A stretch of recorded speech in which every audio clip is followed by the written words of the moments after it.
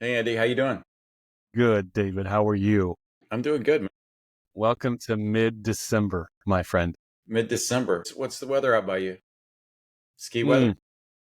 Mm, skiing weather. Yes. Rain the last couple days down here, but up on the mountain where it's important, we got probably 3 feet over the last couple days. So, Yeah, I live my life knowing every single day that besides the brief time I'm in the ocean or sitting next to the ocean, you beat my view every single day. So maybe I get like 3 days. You get all the rest. I'm telling you, man, And that's I just think I've painful. I've told you this is the most beautiful place on the planet. It's hard to beat. It's pretty close. And what I like about where you live is like I like doing national parks because I think that national parks are like a cool piece of our property. I agree. Like the idea that we did something in government that said freeze this asset hmm for posterity. I mean, I think that's a pretty mature thing that's been done by people from all over the spectrum. Well, But it but but but you can go to like you're like 4 hours away from like five of the best. well, Crater Lake is 2 hours. That's an amazing sight to see. I think Yellowstone is 4 or 5 hours. Yeah, But then you go down into Utah, you got Zion, I think we can but you're get to not that far from Glacier, are you? Redwoods in 3 hours. Glacier's probably 4 hours. Yeah, I'm just saying it's pretty much an afternoon drive. Yes. Okay, like there's just something inherently nice about that. You know, Well, we get, I was up in the mountain Saturday and just got off the lift, turned around and sat down. And I could see every, I mean, it was miles and miles and miles. It's like, man, the beauty of where we're situated is I turn a few degrees north and I've got Broken Top, I got the Three Sisters, and I got Mount Jefferson, and a little bit further I got Mount Hood, and then a little bit further on a clear day I can see Rainier and Adams and now you're just floating. Cascades. You're just Yeah, floating. Just didn't know no two ways about it. it's amazing. Hey, so what'd you learn this year? I I learned know that's a little to unpack. It's been a very learning experience. it's been a different year. I learned that doing things the way they've always been done is no longer serving anyone, including myself. Um, and I fell back. Describe that. What is the way it is being done? What is it? Well, for the longest time, it used to be as long as you could get a relationship, as long as you could have an understanding with an adjuster or with a third party or whoever else you're seeing day in, day out, you could get stuff done. But now they can't talk to you. They won't talk to you.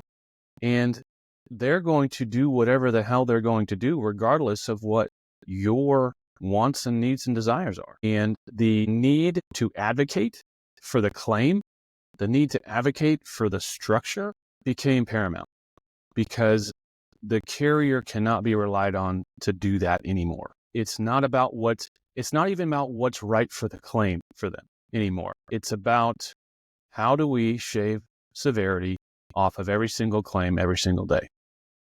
And it's become a battle. And I guess for years, for a little while at least, I was kind of complacent in that. I was like, hey, I've been doing this a long time. My reputation precedes me. I can, we're going to get this done. Not anymore. Not anymore. I've said it several times. The carrier will no longer willingly do the right thing. You blowing up over there?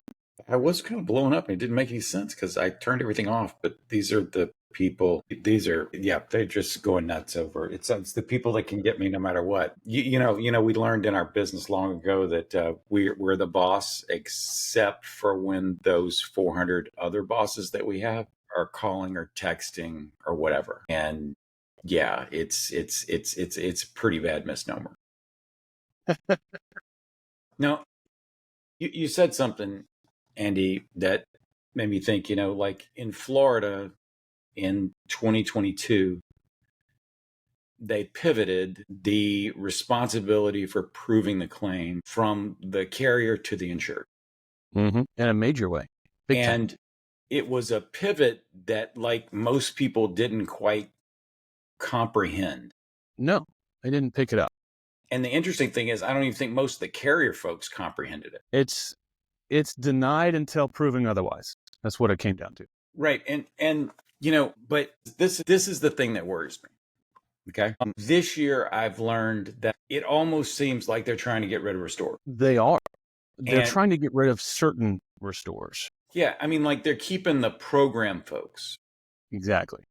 Okay.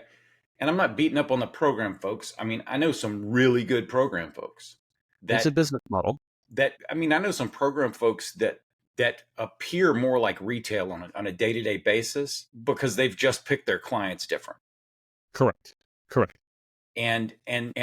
the worry, the worry for me is that, kind of like you said, the industry has kind of quit talking to the restorer. Like, used to, they made a law that said you can't you can't negotiate the claim, right? And all the adjusters went, but we weren't negotiating. We just have to talk to these people because they're doing the work. And then that logic was, no, you don't. Mm-hmm. You don't those need guys to do that. Are fraudsters. Those guys are frauds. Yeah. Well, it's like on my own insurance claim. Do you know the one thing they didn't pay at all? Overhead and profit? No, they paid overhead and profit. They paid overhead and profit on everything. But they didn't put one single line, not one single line of mitigation. Yeah, not one. Mitigation was performed. Yeah, I mean, to some basic level, but it had to have, I mean, we had just like stabilization and stuff like that happen. But I mean, that was because in this case, we had to know the scope because otherwise it was just too much of a risk. Right. And in former years, what would have happened was the restorer would have showed up, would have started demoing what they needed to demo. The only thing that wouldn't be the case was they would have stopped and they wouldn't have gone into the source because somebody would have still had to come look at that to prove the source. But I mean, like, my final part of my full and final settlement was I needed them to pay me for the mitigation without calling it mitigation. Did you catch the nuance there? Like, they could just add X amount of dollars to my claim to settle, as long as it wasn't called mitigation. But they never put a line at them. And understand this. They used my estimate. Right. You wrote it. I wrote my estimate. So they pulled those lines out of it while leaving almost everything else in. Yeah. So, all right, unpack that for me. Why is that? Why would they do that? Okay, because that's why I say this thing looks intentional. It looks to me like they said, lawyers cost us too much, so we're going to get rid of lawyers. PAs cost us too much. And I'm not being anti-carrier. This is their business, and this is the way they've chosen to run it. Okay. Number two, PAs cost us a lot of money. We don't want them. Roofers cost us a lot of money. So we can't really get rid of them. So we try to legislate it where they can't talk to the customer. Yeah. And yeah, we're going to legislate their business model out of existence. Right. We're going to destroy their business model. Yeah. Right. Or say in like Florida, PA has that they have for a named storm, they have a 30-day right of rescission. Jimmy Patronis, the guy who's now running for Matt Gaetz' seat, my congressman, who's the CFO, just arbitrarily made an edict that roofers, after a certain storm, had a 30-day right of cancellation on their contract. So you know what the roofers did? They went in and did temp they repairs. Didn't do any work. 30 days. They went and did temp repairs, charged for the temp repairs, gave them an estimate for the roof, and said, sign this and we'll be back in 30 days. Call me in a month. Yep. And do you know what that reminded me of? It reminded me of what I think the restorers should do. Because if you think about it, the roofers are just like, oh, wait. You're going to be able to not pay me? We'll wait. Like it was that easy for them. Like they didn't have to have a meeting. Yes. They just all did it. I agree. Yeah, they didn't coordinate this shit. And so how do you take restorers and how do you break them? Okay? How do you break them from this notion that you have to do all the work at your own cost today? today at a high level of risk. Yeah. I had an appraisal. I was an umpire on an appraisal earlier this year, and I asked my opposing appraiser, one of the opposing appraisers, I said, I need to know your theology on how this job should have gone. And he said they should have done what they did initially, which was come in and assess it and begin to just do some basic drawing. And then ask permission? No. They did. Okay. They asked permission. They asked for final approval of their scope for 71 days. And approval wasn't given. While they stabilized it. Okay. At a pretty reasonable rate, if you ask me, because it could have been worse. Okay. So they did everything they were supposed to do. Okay. So I asked the guy, I said, so what's your theology on what they should have done?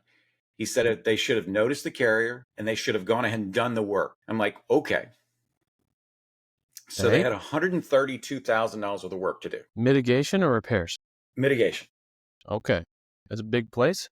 It was. So I'm sorry, it wasn't 130. It was like 78. It was 78 on that front. Yeah, $78,000 worth of mitigation work. Yeah, I just settled an appraisal right about that for mitigation yesterday. Yeah. So I say, what's your theology on what they should have done? They said they should have just gone ahead and done the work. And I said, but if they'd done that, they only got paid $32,000. I said, so what you're actually saying is that, if I'm reading you right, is they needed to risk their entire business to work on this one job, 200 they're going to work this year. And they had to, I said, it would be wiser to go play slots with the money. Yep. I said, you'd be more likely to get paid timely on a slot by putting $30,000 in like that. I mean, it's just, I'm not. And so, the reason why I brought this up is, one, because that seems to be the norm and that weird logic seems to be there. Mm-hmm. But also remember, on this one, they only paid part of the award. Oh, is this the one where the carrier pushed back on the award? The carrier didn't say anything. This is in a whole nother place. Okay. Look, I've got two appraisals that were settled with the same appraiser for two different carriers, handled by the same attorney, and they're refusing to pay both of the appraisals. Because they don't like the numbers. Because they don't like the numbers. They don't like their guy. The problem is they sent somebody. How did he get hired? How did he get hired? An adjuster said, hey, I need these two appraisals handled. And he's like, oh, okay. Is he an IA? No. He's not an IA. He's a contractor in the area. Interesting. Well, so he wasn't setting out to be an appraiser or an umpire or anything like that. No. And like when he walked on, he was like, this guy walks up and it becomes obvious that he knows about construction a lot. Okay. And he walks over to the window, which everybody's agreed the windows are changing. And he says, on the front face of this building, those stones right there aren't made anymore. He said, and you asked the homeowner when we got here, would they mind if the facade looked a little different? And he said, I like it the way it is. I like it the way, of course he does. The problem is, he says, you can't get this window out of here by the way they installed it. You can't get these windows out of here unless you remove that stone. This is just on the front of the building. He says, so what you're going to do? And he literally sits there with a notebook and says, okay, you're going to have to put this much time to number them, this much time to set them. He goes through it and he does a quick takeoff. And he says, can you put that in our estimate? And I'm like, yeah, sure. And, I'm like saying to myself, like, did I just die and go to heaven? Because and so anyway, they're not paying those. I have two appraisals that I just settled, and my opposing wrote a higher estimate than me on both of them. And the carrier doesn't like the number. No. They don't got a problem paying with that. This guy's credible. He's been in the business forever. It's just when you get those guys who are the EGAs that have been around for 40 years doing this, they just do it like it's the 1980s, where we just, whatever it is, and let's figure it out. Yeah, he called me up. He's like, hey, man, I think we missed this. Mm. So I added it and I'm going to resend you the award. I'm like, Wow. yeah, cool, okay. You know what I mean? Like, but my point is that we have this thing called appraisal, which is very often as things go in Florida is as things go in insurance. Okay. In general. And there has been for the last 8 years more appraisal in Florida than probably anywhere else. Matter of fact, to this day, when I'm working 5 states away, I routinely have a Florida appraiser that's showing up. Mm-hmm. But I mean, for the most part, there hasn't been the antics. Like they pay appraisal awards. I have They don't. not. I have yet to see an appraisal award. I haven't done that many. I've probably done less than 100. Yeah, but you have this thing called legal fees. In appraisal? No, you have legal fees whenever something goes terribly wrong. You can sue and get your legal fees, can't you? Yes. You can't do that in Florida. I forgot. It's actually the opposite. The insured can't get their legal fees reimbursed even if they win. But if they lose, they have to pay the carrier's legal fees. Is that correct? So backwards. Well, who really understands that? How many people, what part of the population of Florida really understands that? probably the same number of people that thought it was a good idea to remove Martin Luther King from education. Just saying, it's the government we've elected. No, but I guess my point is this is yes, I think appraisal's coming up, but just watch what's happening. Okay. Like I have one right now where the carrier says this is our appraiser, but Mr. Herring cannot be your appraiser because we believe he's biased. Wow. The carrier said this. It's weird. Okay. So who demanded the appraisal? The insured. Okay. So right. This gets better though. This gets so much better. So I call the opposing appraiser and I say, hey man, when you were with JS Held, I said, I think we worked some projects together. And he says, yeah, no, exactly. You are. I'm like, well, I was hoping to see you, but I don't think that, I think they're calling me biased. And he goes, I think you'd have to say I am. He says, I've never received not one single dime of income in my entire professional career. That didn't come from a carrier. It didn't come from a carrier. I mean, like he says, at least you own like an estimation firm that serves everybody. You know, I mean, like this, it doesn't, these like, that doesn't make any sense to me. Mm-hmm. And then he goes, you wrote some paper for me like 3 years ago. I'm like, yeah. And I'm like, well, maybe you could call the carrier and discuss it with him. He says, evidently you're on another file with them. And that's why they don't want to have you on it. And I said, well, what did I do on the file?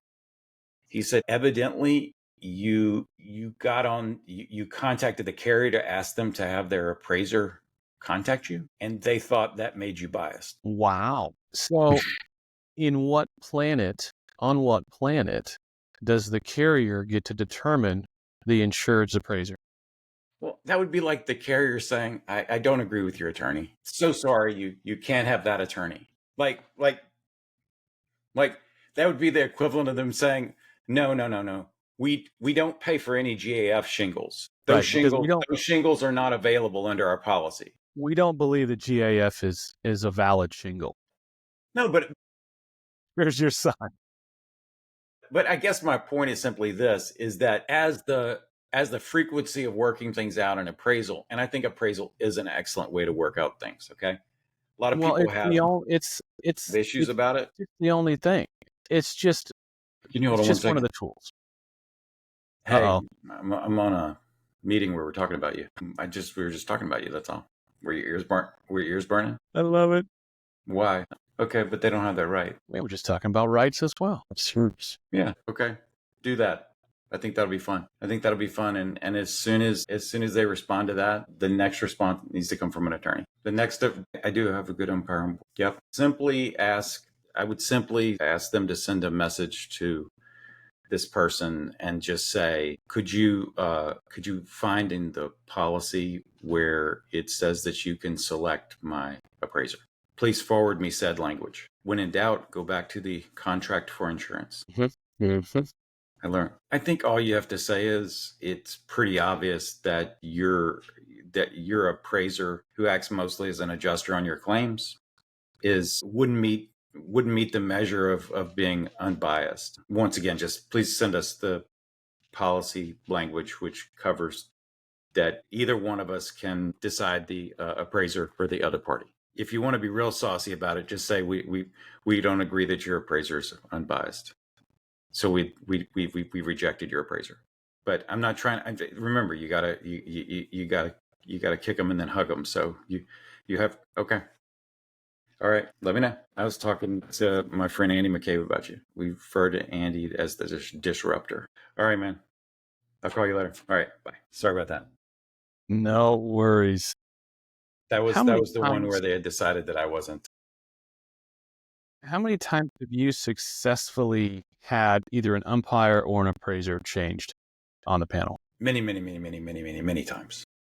Really? Yeah. I have yet to do that. In what context? Well, I mean, you get somebody that's obviously skewed, obviously taking direction from their client. Let's say that. Okay. And obviously biased in one way, shape, or form. For example, my first appraisal I ever did, Mhm. the carrier hired the same IA that wrote the original estimate, right? That would be the definition. That's out of yeah, that's wrong. I thought so too. But I was unable to have them removed from the panel. And we went through the appraisal with him on the panel. Okay, but did you have an umpire that was decent? Yeah, the umpire saved the day. Well, in that case, the umpire is the backstop on that. Correct. I'm not so bothered by the appraiser colluding with the carrier, colluding with the insured. I'm not so worried about that. Okay. Because the bias is built in. Well, Isn't it? to some degree. I mean, I've seen lots of situations where the bias isn't there. I mean, there are occasions where I've seen that they aren't there. But the problem, I would say, is that when you're acts that way, then it's really bad. It's a problem. And you find this a lot with court appointed umpires. Mm. I have a court appointed umpire who, I mean, put out a scope that was 25% of what it's like $850 more than the carrier's estimate. I gave him all of his various and sundry responses to like all the things he said, and he said, "This is the proof. This is the proof. This is the proof. This is the proof. This is the proof." And he said, "I find no rationale for your request." Wow. So, what do you think is going to happen there? In that situation, I think what I would do, I would advise my client of the situation. You know, you're obviously you're never going to get the opposing to see.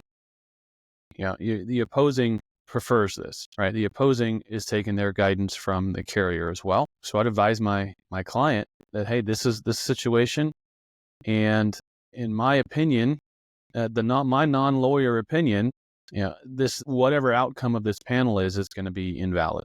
So you need to prepare to sue as soon as the panel closes. That's what I would do. Yeah. I mean, at the end of the day, what's really going on here is the only way you rectify some of these problems is with litigation. The only way you've rectified problems with restorers getting paid is litigation for the most part. Sometimes appraisal, but very often litigation. I'm just saying like that it's but I also think, and I've said this before, and it makes people who earn a living doing appraisal training very aggravated when I say it out loud. But say it again. If you hold yourself out as a professional in any business, you have liability. Agreed. And if you hold yourself out as an appraiser or an umpire, you also have liability. And to say that that's not true is trying to say that I'm 20 years old and I just look a little older. I mean, like it didn't make any sense. And so I mean, And I got to tell you, I'm tired of this. Okay, like this thing drives me. There, I got really thick skin, but this part of it drives me absolutely nuts. Well, it's Okay, brazen. It's because a brazen ignoring the rules, just ignoring it. well, like okay, this is the part that gets me. And I mean, I'm going to beat up on the defense counsel here for just a minute, okay, Our and the favorite. plaintiff counsel. Okay, so the defense gets 3 people on their list. Okay, and they give that to the judge. Say we want one of these people, and the plaintiffs come in and give some list, but they don't go, hey, before we do this, let's go ahead and talk about who they put on their list. Here's 17 different occasions things have gone terribly wrong and have wound up in a court battle over their performance. With this particular person, With or what all of these that we just gave you, there is no such problem. So please do not make more work for the court by having someone who has this history. But the plaintiff counsel doesn't do it. It's like they walk in through on some procedural thing like, oh, we want these guys and they want these guys. Please decide. It's this notion that you go to the court and the court is they think that the court is some kind of extension to the carrier. And they're not. They're the court. Well, doesn't that depend on how much money the carrier gave to that particular judge? You know, a lot of times we do this in federal court and they're there forever. There's no influence peddling there. That's true. For the most part, when you bring insurance matters into courts, judges don't like it. They think it's beneath them. But because it's not really breaking the law. Right. So, but my, like my point is though that it's just like you can't have crappy plaintiff counsel. You have to have actually good counsel, someone who's truly capable of doing this and can take some advice. Like I have a plaintiff attorney when he has a problem with umpires. He doesn't call me for a list of umpires. He calls me for a list of umpires and a summary of who they are with specificity, so it says something about them. And but that requires you to keep that list. I do, and maintain it. I keep a list on everyone I work with. You should, but not everyone does that. Yeah, I know. Very few people. But most people are not weird like me and you. Most people just lurk in the background and don't ever say anything. Yeah. We're just out here with badger bait. So I had interesting appraisal last week, and it actually ended up, I think, fair-ish. But there was a point in the appraisal when me and the opposing and the umpire, we pretty much got it settled down. And then the conversation took a turn. And we started talking about some stuff where the opposing, who works for a national third-party claim expert company, not to be named, he said, is this being recorded? And I said, yeah. He said, can we turn that off? It's like, yeah, okay, yeah. So I turned off the recording. And he proceeded to tell me from his seat, working solely for the carriers for a number of years, he said, the appraisal process is being used to slow everything down. And more, he is having to readjust losses in appraisal. And I said, explain that to me.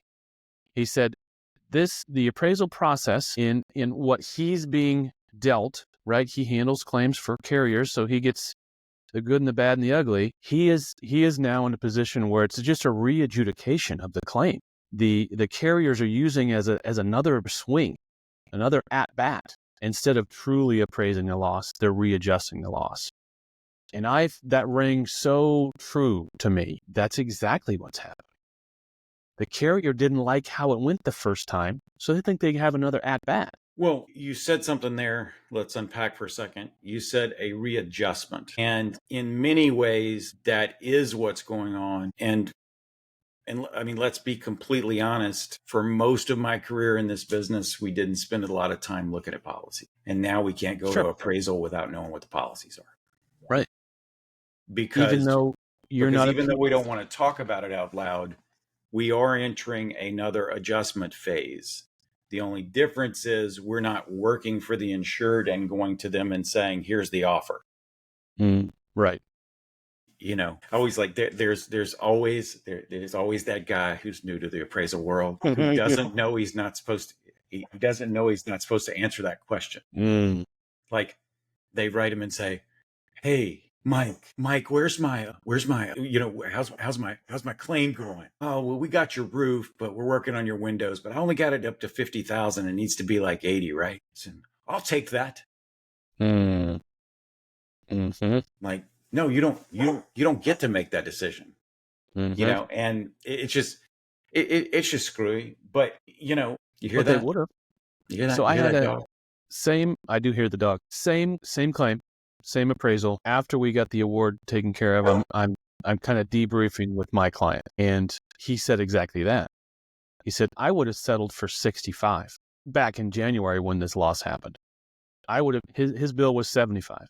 He said, I would have taken 65. I said, well, I'm sure you would have, but they didn't give you that option. They didn't give you that opportunity. They saw your name, they saw your bill, they went straight to appraisal. And here we are 12 months later, and we're finally getting an award out the door. Yeah, I'm sure if the carriers would even negotiate in good faith, Well, and these here's the things thing. wouldn't end up in appraisal. And these guys, my clients, I don't know one of my clients that wouldn't take a 10% haircut just to get paid. I agree. And look, we know this from the insurance carriers. Okay, we know this from their own research. I had an actuary tell me if you went out and paid them 70% of what you owe them within 5 days of the loss, they never call back. They Ever. never come back. They don't come back for RCV. They don't get back for supplements. They don't come back for anything. They just go away. They go away completely. So if you really want to do that, so if you're not doing that, there's a reason why. But here's the thing. Here's the thing. We talk about, and I think this is part of the problem with our industry, okay? We talk about all the bad behavior often. Sure. We don't spend a lot of time on the good behavior. And the simple fact is, there is a bunch of people in our game on all sides of the line that do the right thing, period.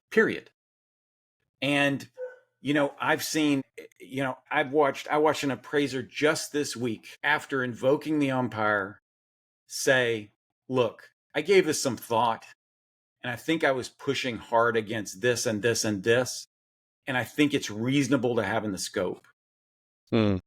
I do think we need to change the manner of repair on this, which will adjust the cost as well. But I agree that we need that too. Okay. Like he just said, he did a reset. He said, wait a minute. We need to do something different here. And we wound up with a 3-signature award. Mm-hmm.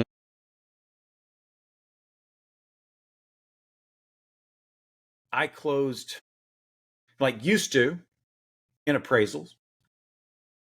I went to the umpire 7% of the time. 7 or 7-0? 7 historically, up until 3 years ago. And 3 years ago, we get shit done. 3 years ago, it moved to almost 50%. 100%? Close to it? No, I have places in the world where we don't go to the umpire. Okay. Places. But if you got a claim in Florida and it's an appraisal, it's going to the umpire. It's going to the umpire. 9 times out of 10. If you've got an appraisal in Tennessee, you might as well bring the umpire from the get-go. Just bring him on. Just go ahead and let's go. Let's get the whole party together. Okay. Well, that seems to be the case in California, where I just received my first retainer as an umpire.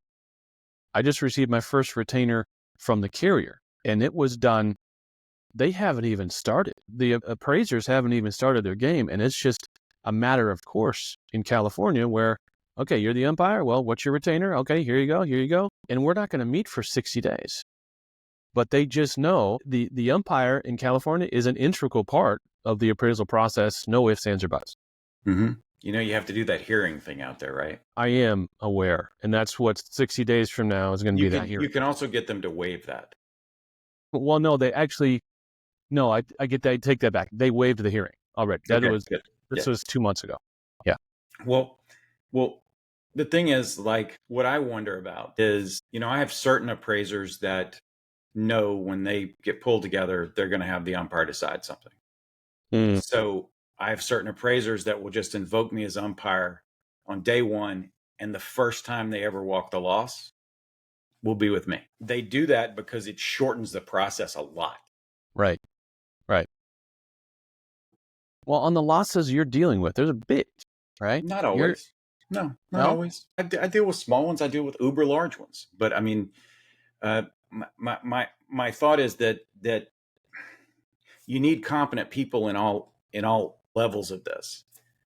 But like also understand that there's some good people in the industry who will say, look, I'm kind of polluted. Wow. There are some things that I can't do here and keep my work coming.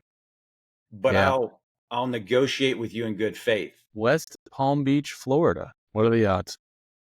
Yeah, but I don't know. This guy that I just got done with in the panel was similar in that way. He was right up front. He's like, hey, I can't pay this mitigation as it sits. Even if I wanted to, I am not allowed to. So part of our negotiation, and thank God that my client I got hired through an AOB, so my client was the contractor who actually did the work. They ended up not doing the repairs. The homeowner did the repairs on their own, and the repairs have been done for about a year, right? It's all said and done. But thank God that the contractor didn't do the repairs, and he was waiting on his money, because what we were able to do through the panel was, he was up front at least. He said, I can't pay the mitigation as it sits. So we took about 10 grand off the mitigation. But knowing that the homeowner did the repairs and he likely didn't spend near what that estimate was sitting at, we put the rest in the repairs. And we're going to do mitigation, dwelling, and then hopefully the insured does the right thing and pays my client out of the proceeds. But that's a big if. It's a big if. Just getting paid in our game is getting a little harder for sure. So I used to, you and I are in the same game, similar game. When did you start Right Loss, by the way? In 2008. 2008. Okay, so you were in the game 4 years before I got into the game full time. I started Claims Delegates in 2012. And then thank God you and I found each other right about that same time. I think 2012, 2013, we stumbled on each other. And let me just do a side note. You have been so helpful to me in my career, in my development, in my personal life. You have actually literally saved me. You have picked me up literally off the street one time, remember, in Panama City Beach. You've just been a godsend. So thank you, Well, Dave, I appreciate that. But the power of our industry is our shared experience, and you walk and have some of the same struggles I do. And just knowing that we have that, it makes it cathartic to talk with each other. The thing is that I tell everybody is, I don't care where you are in the claims process. You have to make opportunities for agreement. Okay. So let me talk to you about some ways that you make possibilities for agreement. Now, first, this doesn't matter where you are. Doesn't matter where you are in the business. I don't care if you're IA, PA, contractor, whatever you are, appraiser, it doesn't matter. Okay. The first thing you want to do is you want to know the structure and its damage like the back of your hand before you meet with whoever you're going to deal with, because you want to take them on a tour and be of service to them. Mm-hmm. When I do an appraisal, I usually pre-inspect the appraisal as an umpire or as an appraiser, or both? As appraiser. Okay. And what I do is, though, as the appraiser, is the same thing I did as a contractor. Was I know the loss like the back of my hand. And then about 5 minutes before we have our meeting, I take the entire claim file, including a clean ESX, my provisional estimate that hasn't really been finished yet, and I throw it in a Dropbox and I email it to the opposing and says, this is, or whoever, who the adjusters, this is all the data on this file. Send it to them 5 minutes before. When they get out of their truck and they walk up to me, the first thing I say is, I just sent you my whole file.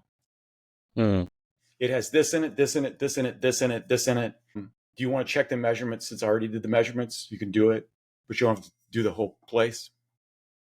Let me show you around. Now watch this. This right here, these three little things: pre-inspect, sending them all the data, and then doing this in the meeting is really cool. Okay. I do not care what file you're touching. You have something in your file that's a poor argument. It's on the cusp, one way or the other. It's on the cusp. It could be yes or it could be no. It's a maybe. Yeah. So when you're giving this person a tour, you pass by that spot and you say, I need your help on this. I can see it both ways, and I want to know what you think about it. Now, what have you done when you did that? I like that. What you've done is you've said to them, hey, I don't know everything. Mm-hmm. I respect you because you're a professional. And now that person's not scared of you anymore. Yep. They appreciate what you've done to provide them help to do their job. They appreciate you that you've explained the damage. And they appreciate you that you've asked for legitimate help, which justifies their existence. Right. Right. If you do that, I don't care where you are in the claims process, you're going to find that where you go from there is better. It may not be perfect, but it's better. Yeah. And the other thing I tell people, and I don't care where you do this, I don't care where you work in the industry, your first cause when you're dealing with anybody in the industry is to talk to them about life and bring commonality to you. Make a connection. Because that guy really is. We sometimes think that like somebody rolls out of the insurance company and they're like, I'm out here working for the evil overlords. And they don't, you know, they have wives and kids and brothers with addiction. And, you know, I mean, they have problems getting paid and they got fired for doing something they didn't even do. There's 101 things that you have in common with them. And when you can make that commonality with them, I got this guy that I dealt with like 7 years ago in their industry. And if you looked in the dictionary under asshole, he would be an example. Yeah. Okay. And he is an asshole. But I worked on this guy with 3 files. And after 3 files of working with him, he calls me for advice and I'm umpire for him like 6 or 8 times a year. Yep. Because what I did with him was instead of fighting with him, I just sought to understand him and know him. I could talk to him about his military service, about being in the National Guard, about his time in Iraq, about how old his kids are. You know, what do you do I know he likes to fish a lot. What is he catching? You know, we went on an appraisal once together, and I got out of the car and he said, hey, you invested in any crypto? I'm like, yeah. He goes, can you help me out? And we did investments for 2 hours while we did our inspection. Nice. I'm just saying, like, just because these people are not like, they're looking for somebody to have a human contact. If you know, they say at the carrier, okay? They say at the carrier that the PA is the dark side. I'm not beating up on the carrier people. That's what they're told. Okay. That's what they're told. In those words, they say that to them. That's the dark side. Okay. So when they go out and they meet with a PA and the PA's thrilled to see them, wants to know about them, how they're doing, how their family is, how's work been, they can't look at that guy and say he's evil. They look at the PA and say, that's really a nice guy. Right. And the truth is, even if you're going to disagree with somebody, you can do it agreeably. Right. Yeah, you know? I've got relationships like that, but not many, because I haven't really concentrated on that portion of it. But you're right. I like that 3 steps. See this? It's a thank you note. It's a thank you note. It has my name and everything on the back. And it's just a real simple thank you note. When you deal with anybody in the industry, send them a note in the mail, because this takes effort in your handwriting. And this is something they never got from anyone else. That's powerful. You say to them, hey, I really liked working with you. Let me know about those puppies you were breeding, about blah, blah, blah. Just hook something in. And now you've transitioned them. See, now they're not just a guy or a gal. They're actually a friend. And nobody believes this, but I have hundreds and hundreds and hundreds of friends who are insurance adjusters. It's why I know a lot about insurance adjusting, because they talk to me about it all the time, because they get to know me. You put me on umpire gig, I'm sending you one of these. If you're a carrier and we have some issues and they call me about it, you're getting one of these. If you adjust my claim, you're getting one of these. Because here's the thing. You remember when you were a little kid? Remember how cool it was when you got something in the mail that was In the actual mail? With your name on it? Yes. With your name on it, with writing on it and all? It's the same thing. It brings the same emotion. Because everything Still else, cool. I mean, you got 70 emails while you've been on this thing with me, right? Yeah, I'm sure. And but it's so highly personal, and you think it would be stupid, okay? You think it would be stupid to do, but it's not, because all of this is just human stuff. And I think sometimes we get an us versus them versus us kind of mentality, and we forget that those people are human that we deal with. Now, I think that's a good segue. Let's talk about the non-human portion of this wave that's going to crash this year. AI. AI is going to influence and have a greater effect on our industry than ever before. How are you seeing that? Let's see. Kind of froze on me, Andy. Are you still there? I think you're. Andy? I think we lost Andy for a minute there. Hello again. Everything, all the wheels fell off the bus over here. I don't know what That's okay. If just remember this, if everything worked right all the time, none of us would have a job. This is true. None of us would have a job at all. This is true. So to go back, you were asking me a question. AI. AI. Okay. Well, okay. Future is at least partially artificial. I mean, that's just, I am working very hard right now. Looks like you dropped out. Freeze again? You froze, but I just heard you. Yeah, you're there now. It's fine. It's doing it on the backside. You're working what with Well, I'm working very hard now to educate myself on the tools that are available and try to get ahead of the curve. At least I want to be smarter than the average bear when it comes to AI and using it in my day-to-day work, because I think it's going to happen. So yeah. Okay, well, let me give you some examples, okay? I have some practical examples. For 3 years, I've been developing an AI estimating platform that requires you to make every damn decision that you already make when you walk a loss. Just like always. When we took this to some carriers, a very large carrier said this to me: can we change our guidelines in real time? And when I kind of looked at him, he goes, yeah, that's the stuff that's not in the policy, but there are guidelines. Yeah, that's right. Okay, so what I will tell you is that it's an augmenting tool that's going to do us some good. It's also going to do exactly the same thing it's doing now. It's just going to, it's going to accelerate the jackhassery. Is that what I'm hearing? Pretty much. And so I'll give you an example. I think it's worth repeating. They asked you, can we change the guidelines in real time? That's right. Can we pick up the goalpost while the players are on the field and move it? Okay. That is correct. That's correct. Which I appreciated it. I appreciated it because it made me understand something. Now, yes. Remember I told you, you still have to make all the decisions. Okay? So you can have two inspectors go to the same place and make different decisions. Okay? Wow. It may help you write it on the backside, but you still have to collect the information. Yes. Okay. Okay. So yes, it creates the possibility that you could walk a loss and create an estimate and get it out quicker, but you're still going to need to adjust it. Okay. And here's where, so I'd say this. Now, there's some other things that, like the AI stuff that we're putting out is going to be really cool for. Is, you know how when you run into a light and it's an interior light, $65? Well, the AI can actually look at the light and compare it to catalogs and actually see what the actual price for that light is. Sure. And so it bumps that in as opposed to the other. When you look at when you say, yes, this is number one flooring, it looks for a price in that market. So it takes some of that responsibility that we have to be a good estimator, and it'll allow us to do that. Okay, so I call it good augmenting technology. Now, where this is going to get funky and terrible, because it will be, okay, is this.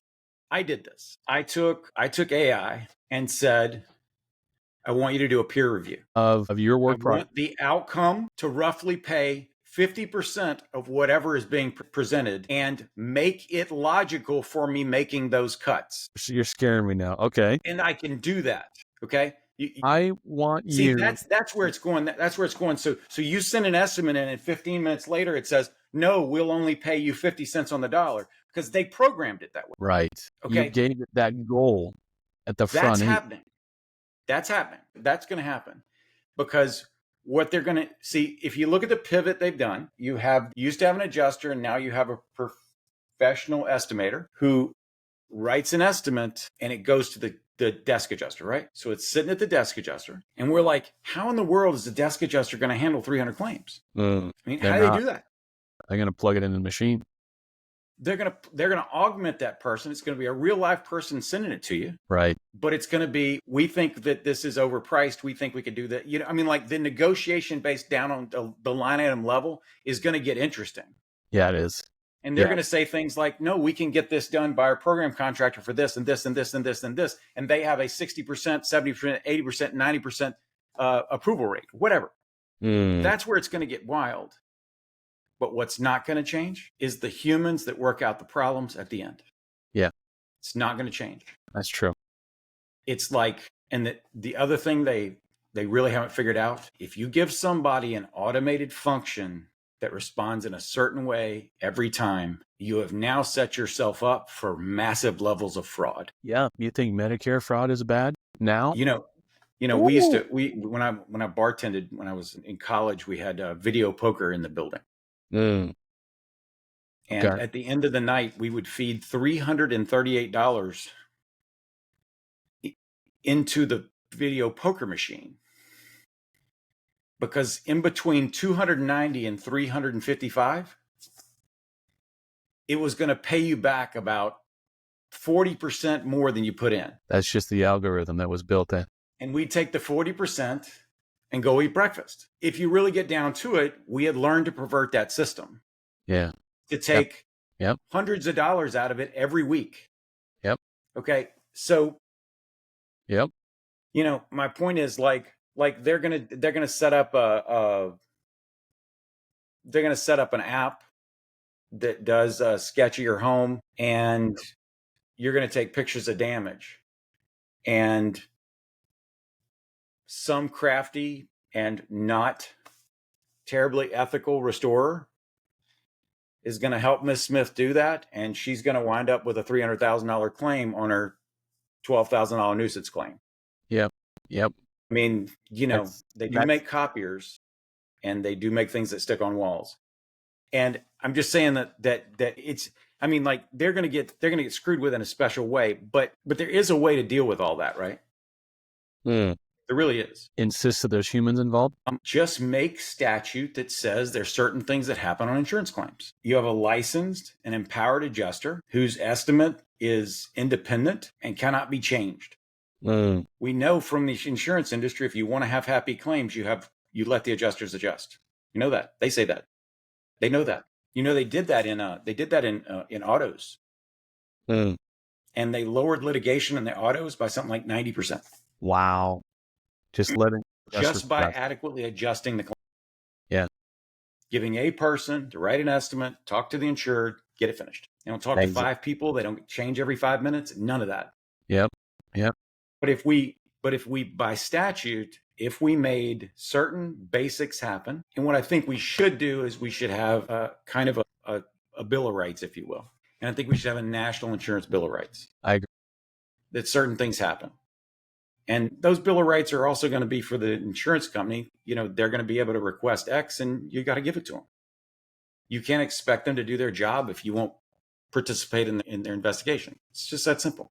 I follow a guy. He's the executive editor for Atlantic Magazine, or maybe he's the guy at Atlantic Magazine, but he used to be at Wired Magazine. His name is Nick. I forget his last name.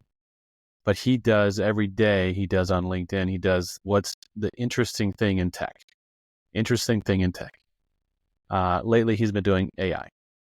But he gave a segment a couple of days ago talking about a particular study about how these AI models, you give it a task, you give it a goal, and it's going to figure out a way to accomplish that goal, even if that means the model lies to you in the process. He gave an example, and I'll butcher it, but it was essentially the AI figured out that if the human figured out what they were doing, it would get shut down. And if the AI got shut down, it would no longer be able to accomplish its goal that it was given. So it lied about what it was doing to accomplish that goal to the end user. And I think so. What we're doing when we're building these models is we're building in our own biases, and we need to understand that there is no morality built into these machines. Right. Well, look, you have to give it baseline. So here's the thing. You can tell it, we don't replace wood floors. Exactly. We refinish wood floors, but we don't do dustless sanding. And we only do these on Tuesdays and Thursdays. Yep. And it will follow. Could do it. You could also tell a system, we need to make more money this month. Yep. So cut $6,000 out of every claim over $50,000 for this month. Do it in such a way that's the least likely to instigate litigation. Right. So my point is simply this. It's like any tool. Yeah. Okay. I agree. And I want everybody to remember this one thing that we kind of miss. We used to call this machine learning, and we've been doing this for 30 years. Yes. Okay. It did not destroy the military, and they've been using it for that long. Mm-hmm. It did not destroy science. It did not destroy lots of things. It augmented them. Okay. And I think if we understand it as an augmenting technology, and I think when the aliens get here, they'll probably help us with it too. So they might. Yeah, because I don't care what anybody says; those bastards are coming. Can't you just? It's a terrible thought. I'm too mischievous, and this is so irreverent. I probably should say it out loud. But one day they're going to show up and they go, "Hey, we wanted to just show you how we made you," and it would create this crisis, this utter crisis. Are you seeing the latest in what are the new computers? Not nano computer, quantum computing. Now, quantum computing is going to jack us up. Well, one of the blurbs I read was the outcome of this particular experiment moved forward the idea that we are living in a simulation, just because of the possibilities of that technology. Call it the eternal moment of now for a reason. Mm. And I'm not going to talk about that anymore, because that's beyond Badger bait. That's like utter freak show bait. Yes. Yeah. Let's not. I put someone online last night, and I asked people. I said, "You inherited $10 million, but you could only use it to annoy your neighbor." And I learned something about the Claims Tribe last night. We are some evil people, because they thought it all the way through. I mean, in ways that I'm like, whoa! Like, I would never want to fight with any of these people ever. Now I'll leave you with this. I always think when I talk about the restorers, I think about the conversation I had with my daughter's boyfriend well over a decade ago, and said, I work for thousands of people that remove biological things from the earth on a daily basis. If I have to remove you, I will call one of them while I sit at Starbucks, and while we never again charge them for an estimate ever in life again. And his dad called me. But no, look, the one thing that we know for sure, Andy, for absolute certain, without a doubt, no hands about it, it is, we know that from month to month, to week, to year, the cheese gets moved. And the thing that adjusters, umpires, appraisers, PAs, IAs, claims managers, all claims attorneys, they have to moderate what they do at such a high level.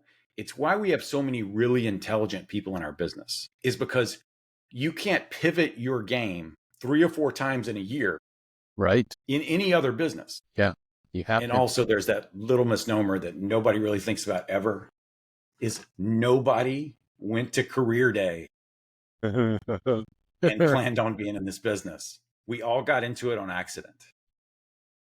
All of us. 201.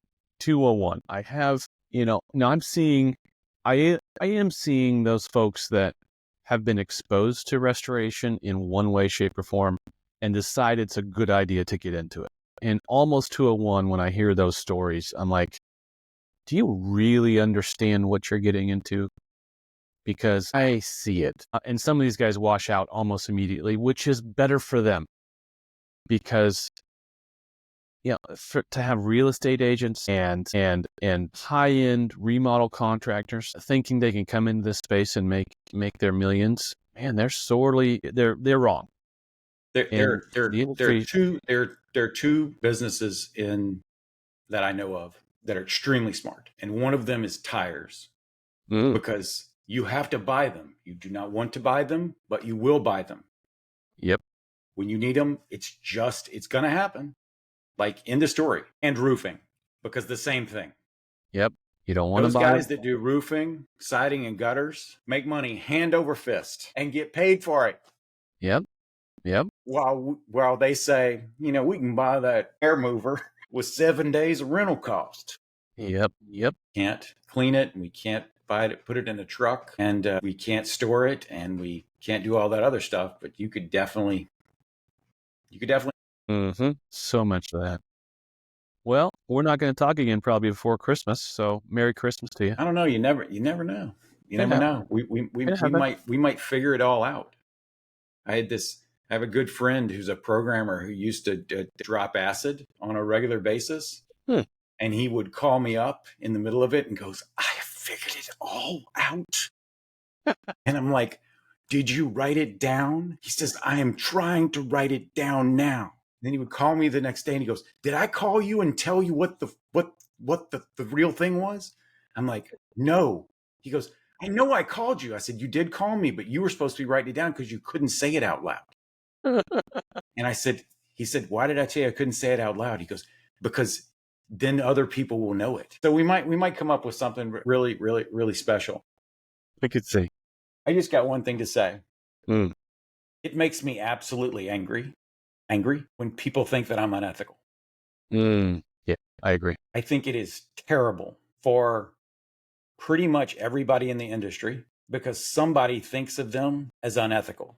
We certainly treat restorers like they're unethical, but we also treat adjusters like they're unethical and desk adjusters like they're unethical. Was this true? We treat them that way before they're that way. And I just think that if there's one thing we can do in 2025 is focus on what kind of opinions we're putting on people before those opinions are appropriate. So, yeah, I agree. Let's cut down on confirmation bias and be cognizant of it, because you're 100% correct. And what we ought to do sometime, Andy, is you and I ought to get on here and we ought to talk about our differences of opinion. We have those? We do. We do have differences of opinions on some things, yes. But we ought to at least do counterpoint, and we ought to look at how those points could be valid. Like, just because something's valid in your side doesn't mean it's not valid in my side. Sure. Sure. If you went to 78 restorers and they were all shysters, it would be hard for you to go to the next 5 that weren't. But you still had the obligation to do it. Yeah, you did. But the averages are still in favor of the fact that they're terrible people. We say the same thing we say things like that about lots of people. But on the other hand, I think we need to call out very bad people. Very, very, very, very bad people. I got some people in mind. I think I'm going to name them in 2025. I think that's going to be more fun. I found a new website called rateyouradjuster.com. That's terrible. When Exactware got to my estimation firm, when it was called Exact Loss. Yep. And they made us change. We created a website called Exact to Mate. It was an adjusting website for adjusters to hook up. An adjuster dating site? And we registered the domain, and we put the ownership of the site for the guy at Exactware that actually got all over us. You listed him as a who is, the domain? Yes, who is? The whole thing. It was all him. Dirty.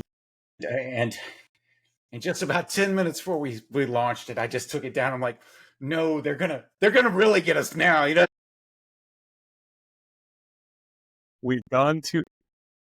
But yeah, we did. We worked the whole. It was all ready to go. God, I love it. decided that was Petty didn't play here. So yeah, I Little. still have it over here though. I looked at it the other day. I'm like, maybe someday, maybe when I retire. Yes. Let's do that. All right, David. Actually, nobody retires in this business. We just work till we die. We just pivot again. Yeah. All right, my friend. It's good to see you. I'm glad you're doing well. You too. We'll see you. Talk to you soon.